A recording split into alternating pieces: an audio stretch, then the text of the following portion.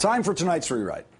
This is how President George W. Bush won re-election after the world knew he had embarked on an unprovoked war in Iraq in search of weapons of mass destruction that were not there.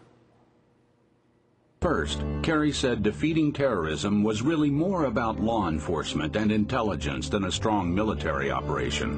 More about law enforcement than a strong military. Now Kerry says we have to get back to the place where terrorists are a nuisance, like gambling and prostitution. We're never going to end them. Terrorism, a nuisance. How can Kerry protect us when he doesn't understand the threat?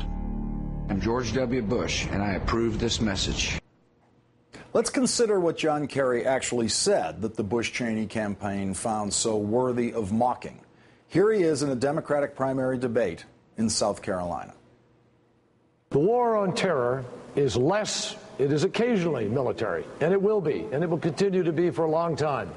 And we will need the best trained and the most well-equipped and the most capable military such as we have today. But it's primarily an intelligence and law enforcement operation that requires cooperation around the world. The very thing this administration is worst at. And most importantly, the war on terror is also an engagement in the Middle East economically, socially, culturally, in a way that we haven't embraced, because otherwise we're inviting a clash of civilizations. And I think this administration's arrogant and ideological policy is taking America down a more dangerous path. I will make America safer than they are. Then, in an interview with the New York Times in the final month of the campaign, John Kerry said, "We have to get back to the place where we were, where terrorists are not the focus of our lives, but they're a nuisance. As a former law enforcement person, I know we're never going to end prostitution, we're never going to end illegal gambling, but we're going to reduce it, organized crime, to a level where it isn't on the rise. It isn't threatening people's lives every day. And fundamentally, it's something that you continue to fight, but it's not threatening the fabric of your life." Everything John Kerry said was right. Everything. And some of it was even a bit visionary. The part about, quote, engagement in the Middle East economically, socially, culturally in a way that we haven't embraced, that carries more than a hint of seeing the possibility of the Arab Spring uprisings in Tunisia, Egypt, Yemen, and Syria that we are now so desperately trying to find a way to engage and embrace, as a President Kerry would have had us begin doing 6 years ago. Sunday night, after a decade of nonstop war that has left us over 49,000 dead and wounded U.S. soldiers, costing in real economic terms something on the order of $4 trillion, and the deployment of our most sophisticated 21st century weaponry, Osama bin Laden was caught using the basic tools of police work, interrogation, detective work, following up clues, piecing evidence and hunches together, eavesdropping, surveillance, and finally, with over 100,000 troops in the neighborhood ready for action, sending only a couple of dozen of them to get the most important target in this decade of war. Those Navy SEALs arrived using fewer helicopters than the LAPD has deployed over Los Angeles right now. After they had to correct intelligence on where Osama bin Laden was, after they had that intelligence, all they needed to get him was a few helicopters and some rifles. Nothing fancy, the kind of equipment our biggest police departments are ready to deploy whenever they have to. The last decade did not have to be a decade of war. The United States didn't have to overreact to 9/11.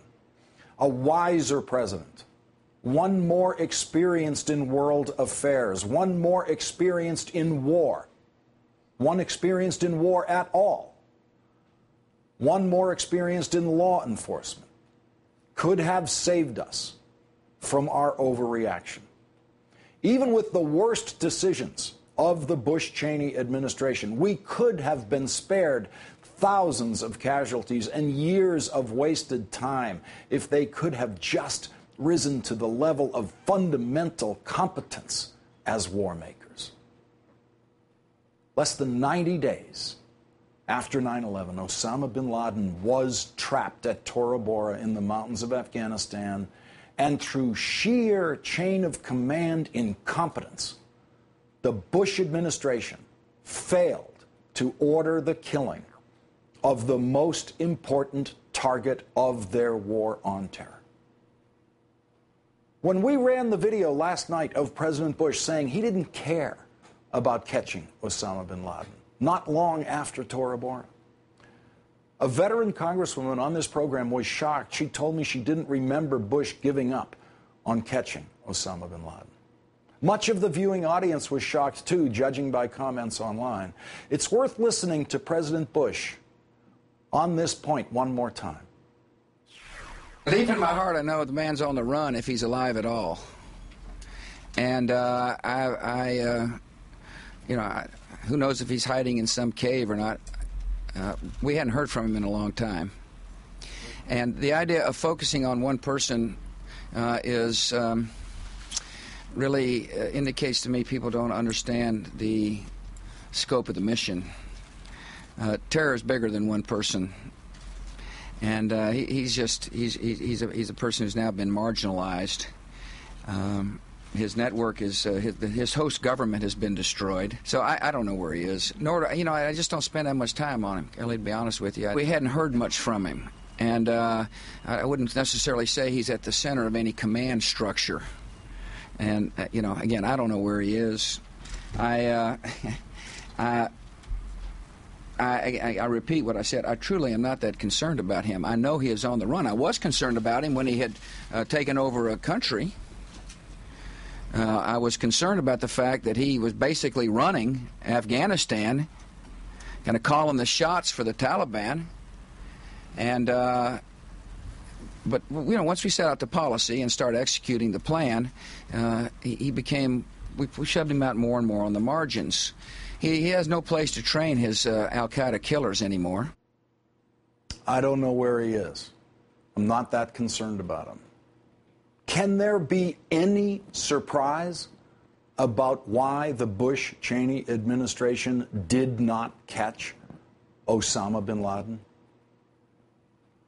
The president, who made fun of John Kerry for accurately describing how to fight terrorists, for accurately describing how to get Osama bin Laden, actually publicly gave up on trying to get Osama bin Laden. You just saw him do it. And still, some of his most fanatical supporters want to today give him credit for getting Osama bin Laden. This is what going after Osama bin Laden looks like. Now is the time for the Bush-Cheney fanatics, the people who created the war on terror and who got so much of it wrong, to listen to John Kerry and to listen to President Barack Obama teach them how to fight terrorists.